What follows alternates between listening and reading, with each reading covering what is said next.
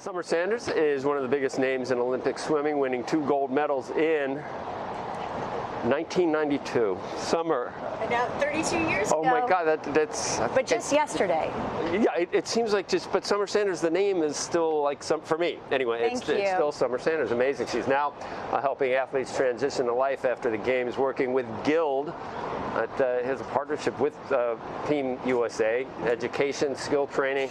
She joins us now. Summer Sanders, amazing that it's been that long. It's just a commentary on time and everything else. But like so many athletes, there's a life after the games, and not everyone's Summer Sanders. Yeah. We need to do things to prepare for that, for people when they're no longer in the limelight. The one thing that every athlete is going to do is going to retire from their sport. So this partnership between Guild and Team USA is really addressing a very important issue that every single athlete's going to face regardless of their fame, and that is what's next.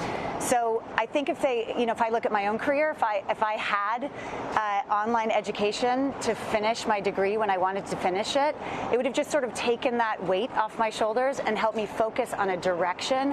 And when we talk about mental health, that's such an active way to address mental health, to give an athlete a purpose when, like 6 weeks after the flame goes out and they're back home with their families. Did you think about that a lot when you were? I did. I mean, I was at Stanford, and I left Stanford with 7 units left to complete my degree. And I was working in television, and my major was communication. But in 1992, there was no internet, and we were talking about how long ago that was. So I had to wait for the internet to catch up, and that's really what Guild does. It's a flexibility. When you think about it, we're not just talking about summer Olympians, but winter Olympians. They don't have as many scholarships for college, and also their season is in the middle of winter, which is when everyone goes to school. How much harder do you think it is for somebody who actually wins a medal?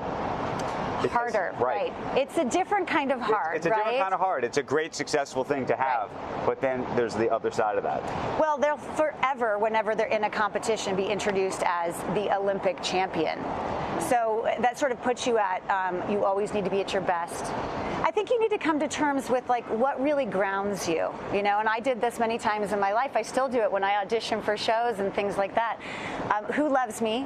So that's what really matters, right? And why I do it and who I do it for. And all of those things are of value to an athlete, whether they win or they compete. But we have to remember that's the saying in the Olympic Games. It's not the winning, it's the taking part, right? Being a part of the Olympic rings, and that's why I love it so much. So you've got, alliances with colleges, 250 programs. What about after you're all trained? Can you match up skills with employers? I love that you're talking about this. So many things. One of the things you don't think about is if an athlete has been training for, let's say, 20 years of their life, and athletes are sticking around their sport for much longer, how do you translate that language of training into a resume?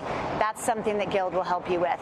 And yes, so 10 years after you retire, you can go online. This is all through Team USA and the USOPC. They just go online, they find their degree. So undergrad, we have, there's a loser, don't say loser, loser, who's getting his master's degree in business development, I think is what it is, but master's degree in business.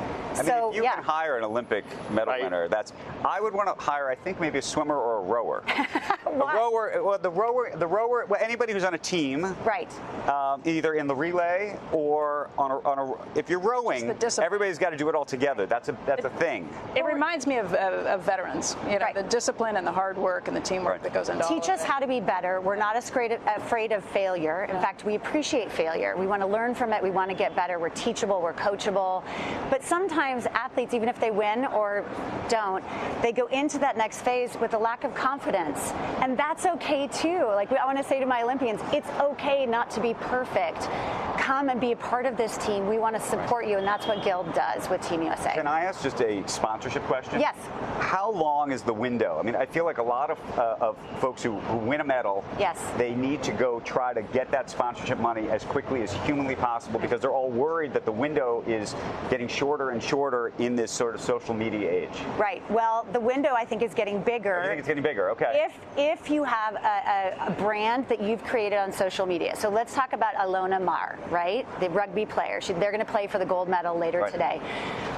She's been amassing all these followers, 1.6 million followers on social media. She already has her brand. She's very grounded in her brand. So now she can go out and sell that herself, right? She's not just an Olympian, she's more. What do the coaches think of I think the players online, tweeting out stuff, gramming stuff, TikToking? I mean, are they into that, or are they like, get off your phone, I need you to focus? I think there's a healthy mix between the two. I think NIL has changed things completely. So NIL would be the top, and then there's this brand awareness, social media, and how that might be interacting or affecting a team environment. But I don't know if everybody knows how to handle it yet. I mean, we're in like murky waters. I don't know how to do it. So to speak. Yeah, back to swimming. Gramming? Yeah. On the gram, on the Instagram. Gramming? You're on the gram. I got to get. Here's another word. I'm in 1992 still. When something's cool, you got to say sick. I've been hanging out with my teenagers. That's sick. Yeah. So you got to slay. If you could slay. I know about slaying. I've been slaying some people on But Twitter. it's great news. You can get a lot more athletes who get money now, because there are a lot of the sponsors have smaller pools of money, so that reaches out to many more of the sports than it used to. Especially if you've created a brand that's maybe slightly outside of your sport. Who are you as a person? Yeah. Which not many people want to do that. They don't want to be that vulnerable and put themselves out there, but some of them have, and I think that they'll reap the rewards. So what are you looking forward to the most? What's coming up? Well, I already said it, rugby, which is later today. My daughter played rugby, so I actually know the rules. I know what to look for, which is fun. We're going to go to beach volleyball. It's going to be a little bit of a scorcher. Of course, I love swimming and everything that we're seeing there. There was a woman named Summer McIntosh from Canada who won last night. Named after you? Probably. No, actually, I think her dad watched the OC, and so named her from that. But I'm gonna stay connected to any Summer that I see. Yeah. And then, of course, track and field. I love it. I love the intensity of an entire stadium being quiet for the start of 100 meters. Yeah. Right? If you've never felt that, that's like if you drop this pen, the racers would hear it. So it's intense.